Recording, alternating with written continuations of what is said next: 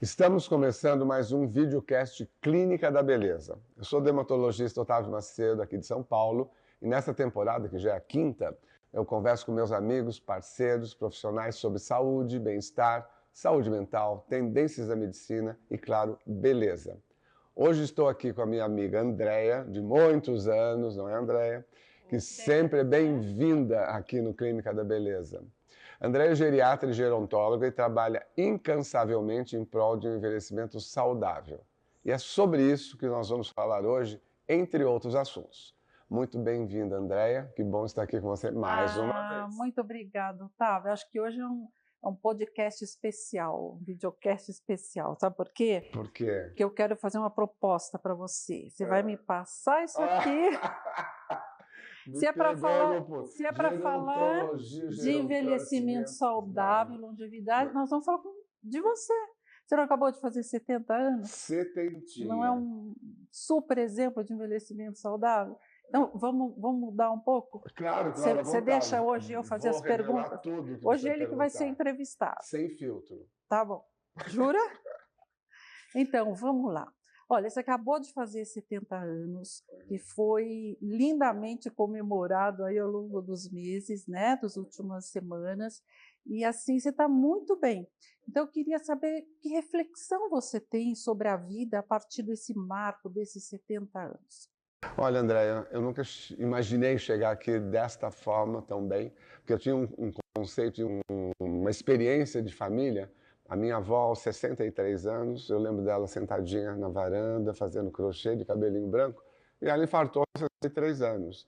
Então, aquilo ficou alguma coisa muito específica na minha cabeça, e eu não imaginava que tudo era possível ser feito, e como eu fiz, como venho fazendo esses anos todos, e chegar aos 70 com saúde, com maturidade das escolhas, que eu acho que é algo muito importante quando a gente chega a esse ponto, e saudável, né? A grande questão é ter saúde para usufruir de todo o restante. E qualidade de vida, né? Eu costumo chamar isso assim, você veja, entre a sua avó, agora, a gente ganhou uns 30 anos de vida. Eu costumo chamar isso de bônus da longevidade, não é? É um bônus que a gente está ganhando de vida, não é? Então, é bom que você chegue aos 70 e com muita vida para aproveitar ainda, não é? E o que você faz para se manter tão saudável? Eu sei que você se cuida bastante, mas conta um pouquinho para a gente qual é a sua rotina, essas suas escolhas no dia a dia, como é que você vive em função de se manter bem com qualidade de vida? É tudo muito prazeroso que eu faço, porque eu vejo resultado. Eu acho que a primeira questão é você estar com uma saúde mental em ordem, né? Você ter um equilíbrio entre os seus desejos, as suas habilidades e o seu físico. E para cuidar do físico, tem que ter disciplina, não existe outro caminho, né? Então, todos os dias eu faço atividade física, 3 vezes musculação, 2 vezes pilates, e cuido da alimentação muito certamente, né? Com orientação, seguindo, tenho 2 nutricionistas e sigo a regra, porque eu acho que tendo disciplina foi o que me trouxe aqui. Aliás, disciplina de vida, né? Eu sempre soube que eu ia chegar a ser um profissional realizado, de sucesso, não sabia exatamente a área, mas eu tinha uma meta, eu tinha muito foco. Então, desde criança eu estudava, fazia aquilo de uma forma que ninguém nunca precisou falar, vai estudar, vai fazer a tarefa. Eu fui bater na porta da professora de piano, sem ninguém me falar, vai fazer piano. Nossa, professora, né? Nossa. Foi na vizinha, eram 2 casas acima da minha casa, eu sou de São José dos Campos, você também. E ninguém precisou falar isso para mim. Ninguém precisou falar, vai fazer inglês. Eram questões que eu sabia que queria fazer, que eu precisava daquilo para chegar a ser uma pessoa, né, realizado. E, obviamente, consequentemente, com sucesso. Acho que isso tem muito a ver com um propósito. Talvez você tenha descoberto seu propósito muito cedo e se dedicou e direcionou sua vida para isso, né? Acho que sem propósito a gente também fica meio que vagando pelos anos aí, não é? Você falou muito bem propósito. E eu lembro, aliás, nas palavras iniciais do meu livro, que eu lanço logo mais, eu conto uma história do meu avô, que me marcou a infância inteira. Meu avô era um português muito rígido, casado com uma búlgara e teve 6 filhos. Ele era professor, ela era inspetor de ensino, que naquela época inspecionava as provas, a gente via nos exames finais, aquela rigidez. Ele era elegantérrimo, magro, alto, vestia terno e gravata, tinha um relógio aqui no colete, que eu tenho esse relógio, tenho até hoje, eu fiquei com esse relógio. E eu lembro que ele se gabava de uma frase que marcou muito a minha infância. Ele falava que ele comprava uma maçã, e maçã naquela época era caríssimo, não existia, eu vinha da Argentina, e ele tinha 6 filhos, e ele cortava essa maçã em 6 e dava uma fatia para cada filho. Esta frase, eu nunca me conformei com ela, porque eu acho que eu queria a maçã inteira. E eu fui atrás dessa maçã inteira. Então, essa imagem, dessa frase, eu poderia ter sido uma pessoa que suportaria só receber um cesto da maçã. Não. Eu fui atrás dessa maçã e me trouxe até aqui. Eu acho que esse propósito veio da criança. Ninguém precisou me mostrar isso. Eu tive a sensibilidade de perceber que aquilo me impulsionaria e me impulsionou a chegar até aqui. Que bom, que história bonita.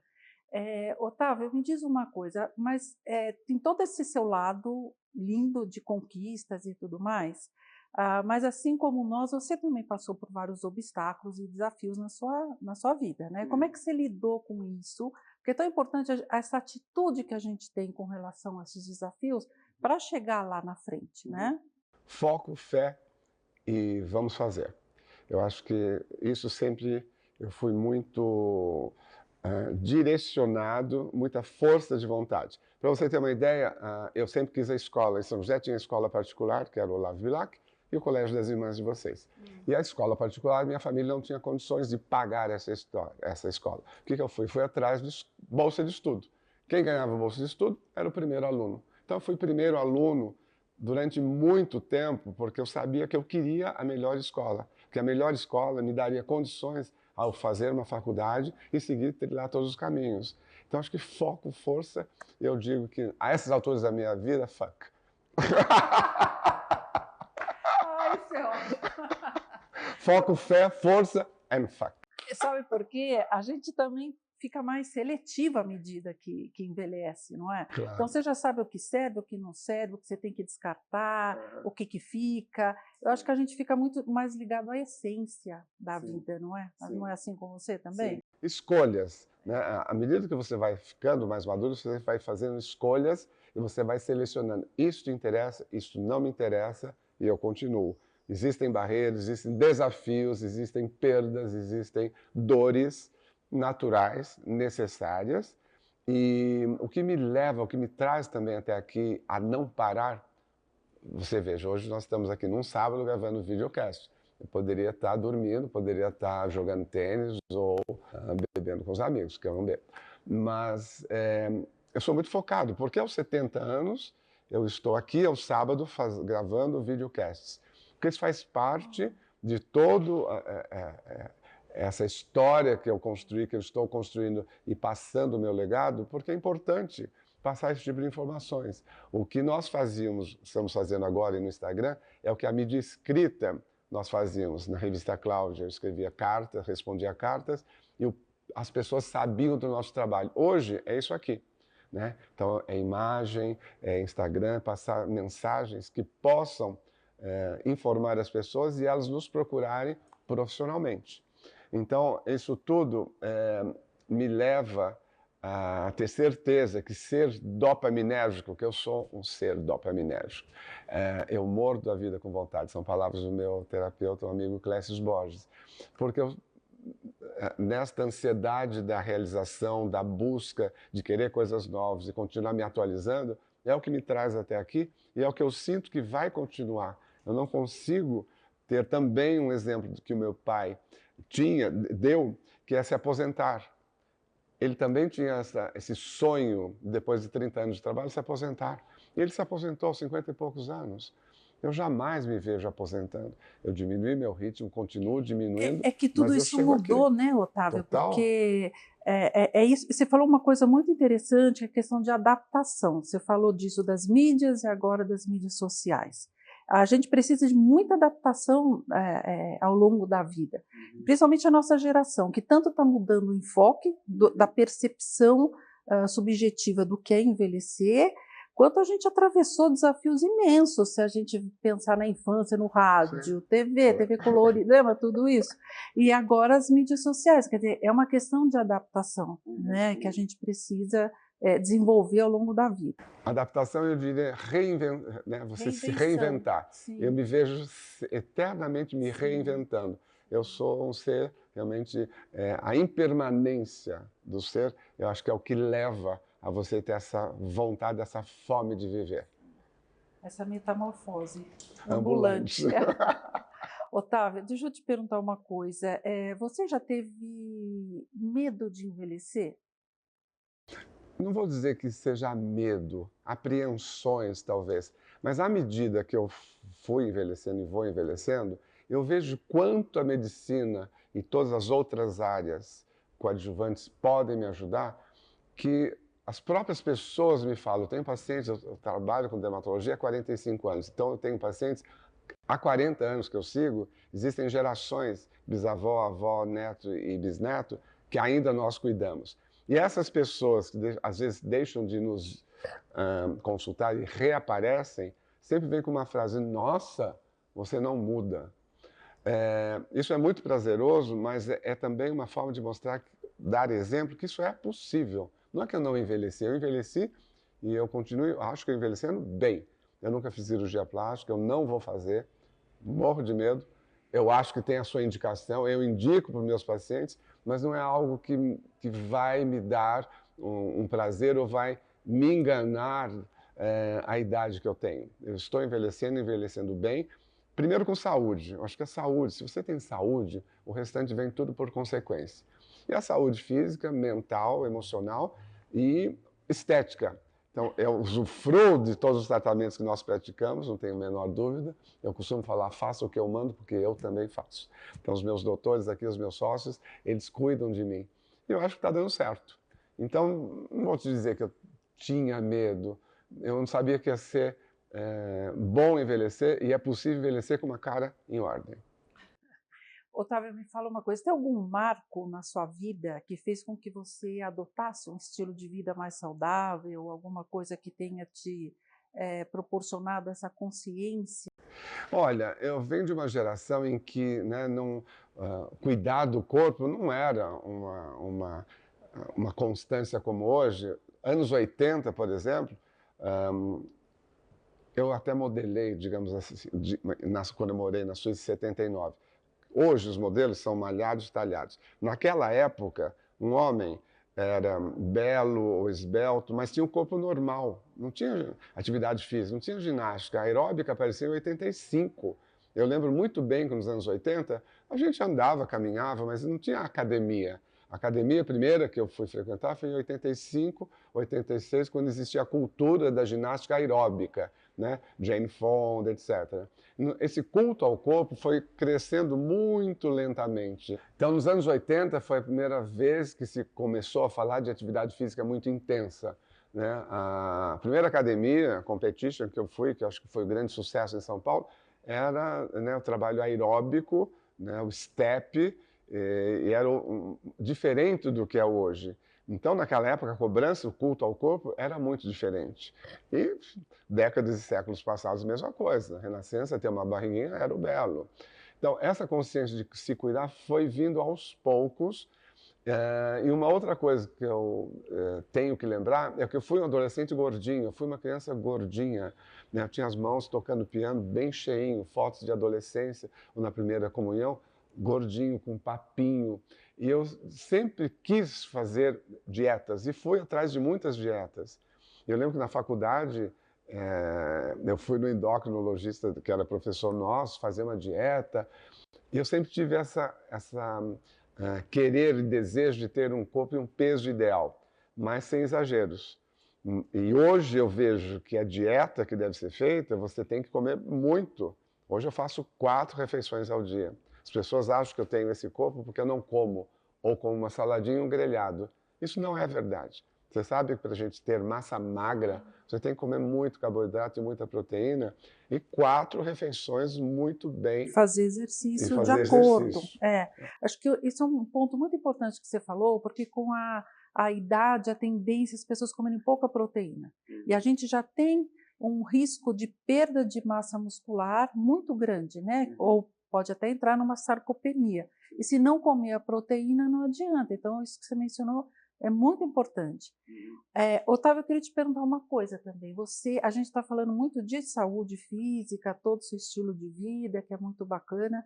E as questões mentais? Porque assim, o envelhecimento também, no envelhecimento, vamos dizer assim, também pode ocorrer um declínio mental, cognitivo, como a gente sabe que eu estudo. Mas como que você lida com isso? Morro de medo de perder a memória ou ter Alzheimer, né? Que é a patologia do momento. Mas eu acho que a prevenção disso tudo é você ter o foco, como eu já tinha, você manter a curiosidade. Eu acho que isso é um lema que eu levo para a minha vida. Você não pode, sem fazer as mesmas coisas, estar contente com o que você já sabe. Então, curiosidade e fazer atividades cognitivas. Eu faço curso de francês, já fiz de inglês, atualmente italiano, que eu não fazia, atividade física, eu vou ao cinema, eu leio, eu vou no Instagram. Acho que essa variedade de atividades intelectuais, você bem sabe disso, vai manter, né, a saúde cognitiva. Somada às questões de cuidados físicos também, porque a questão toda de demência, a gente sabe os fatores de risco vêm desde a infância, e muitos estão na meia-idade, são instalados na meia-idade, depressão, hipertensão, enfim, diabetes, tudo isso, né? E o que você falou é ótimo, a gente precisa aprender coisas novas, para ter caminhos neuronais novos e diferentes, né? Isso é mais importante. Agora, Alzheimer virou um palavrão, virou algo que é como antes câncer algumas décadas, que né? se falava. Então, assim, não é. A gente já sabe que os fatores, já conhece os fatores de risco, metade deles, pelo menos, e que tem a ver com todo o nosso comportamento, né, estilo de vida. E é sempre bom investigar qualquer queixa de memória ou de falta de atenção. A gente precisa olhar e ver para diferenciar e não pensar que é só alguma coisa da idade, né? Como se pensa. Mais uma pergunta. Responda todo, pergunte o que quiser. O que você diria, por exemplo, de aproveitar a vida de uma forma mais plena, mais feliz? Eu acho que metas, né, e o foco. Eu acho que a educação, os estudos vão nortear o sucesso de uma maturidade.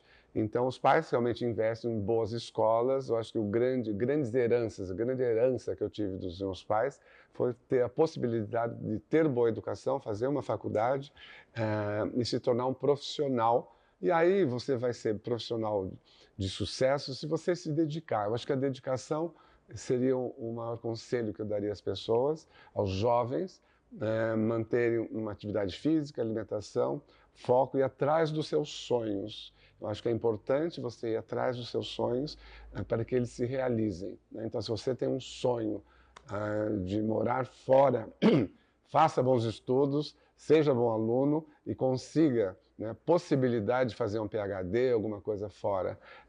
Eu lembro que na minha época, um dos meus sonhos como adolescente era fazer um intercâmbio fora. E a minha família, com 5 filhos, não tinha a menor possibilidade de dar um intercâmbio para todos os 5 filhos adolescentes.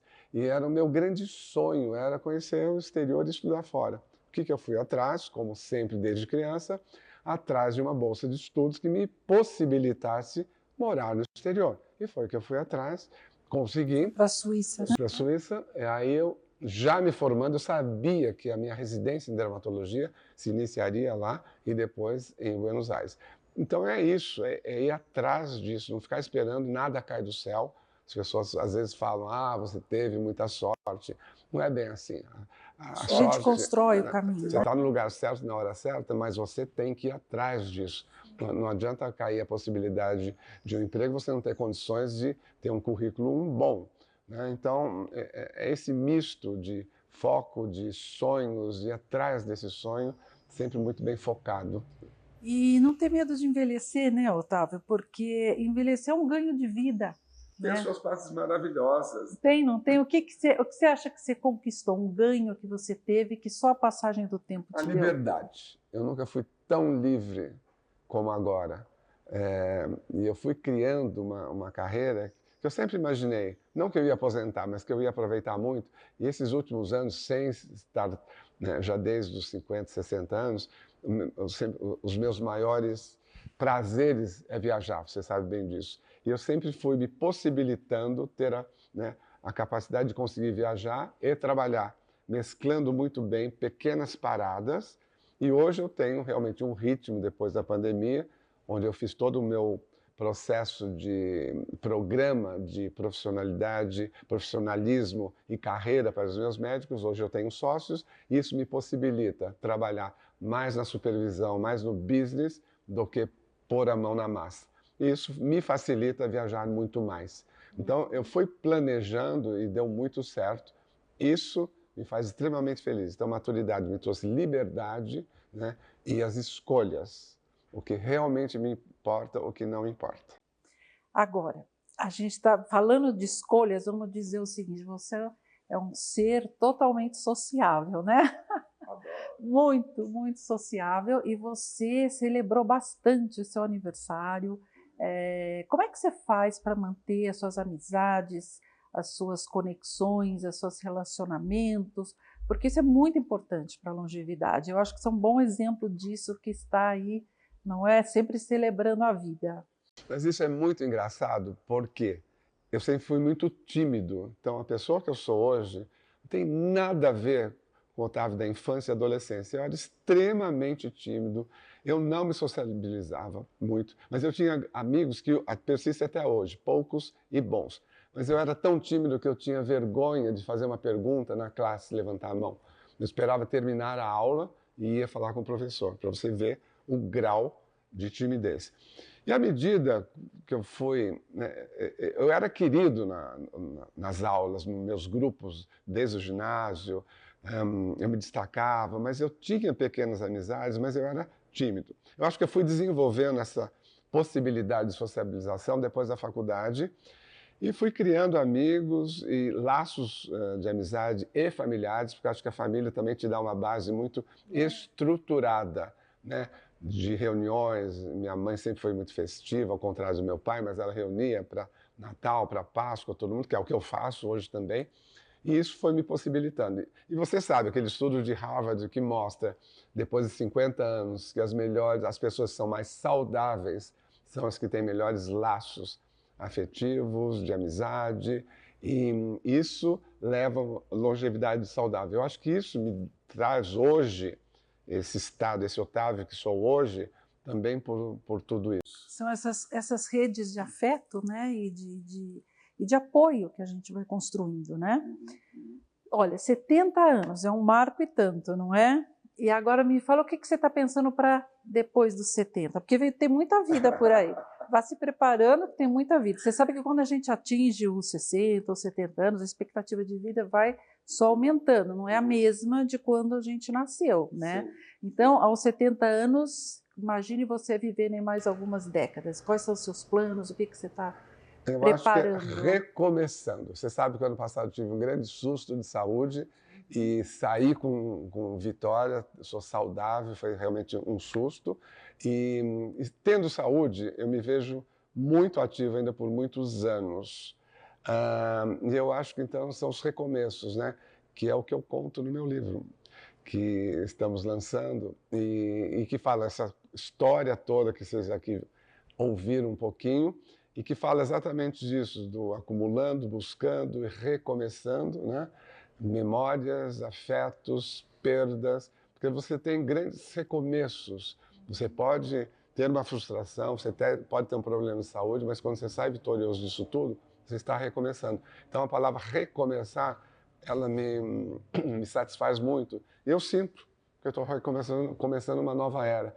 Uma nova etapa, uma né? nova etapa. Depois dos 70. E eu tenho uma amiga que me escreveu outro dia falando, não aguento mais ver você apagando velhinhas. Faz 70 dias que você apaga as velhinhas. E é engraçado, porque sempre 15 dias antes dos meus aniversários, eu peço aqui para a minha equipe, me traz brigadeiro, e elas vão lá e eu canto parabéns. Eu adoro festejar a vida. Eu sou um ser em eterna impermanência, mas feliz. Né? Me sinto feliz, me sinto realizado. E também tem a parte espiritual e afetiva, né? Que você vai tendo histórias de amor, algumas dão certo, outras não, ou você vai perdendo, você pode ficar viúvo. E aos 70 anos eu me vejo de novo amando, tendo um relacionamento que me faz feliz. Então não é uma realização somente profissional, material, essa realização pessoal, afetiva e espiritual, ela nos faz um ser humano melhor, mais maduro, com muita liberdade. E que bonito você encontrar isso nessa idade, né? Você vê como a idade traz coisas boas também. Você não esperava isso um tempo atrás, não é? Viver um amor aqui nessa idade. Então a gente tem que olhar, acho que com mais positividade para esses anos que a gente vem conquistando de expectativa de vida, não é? Eu acho que existe mesmo. Eu vejo aqui algumas pacientes que estão sozinhas, divorciadas ou viúvas, etc., e que parece que jogou a toalha para o chão. Não quero mais nada, aos 60, 65. Existe a possibilidade, sim. Você tem que estar aberto, querer, porque vai acontecer. Eu sempre acreditei em relações amorosas com projeto de permanência. Essa é uma frase também que me norteia. Então, gosto de relacionamentos, gosto de que isso nos faça feliz e sempre, não parei nunca. Então, aos 70, eu estou vivendo de novo um relacionamento amoroso com projeto de permanência. Acho que isso faz parte também da realização. Sim, claro, claro, maravilhoso isso. Agora conta para mim do seu livro, que eu não sei muitos detalhes.